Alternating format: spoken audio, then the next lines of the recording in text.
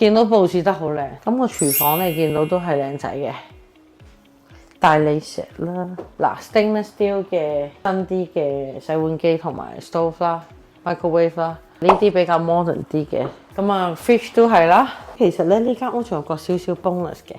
頭先我覺得幾 cool 嘅係咧，佢哋將後面正常可能係一個出去嘅 area， 因為夠大嘛。我覺得呢間屋真係值得買，就係佢變咗一個少少嘅 family room，你睇幾 cool， 裝修得好靚啊！跟住佢呢個 glass window 你睇下，哇！望住啲黃葉，望住後面嘅花園幾大，好靚啊！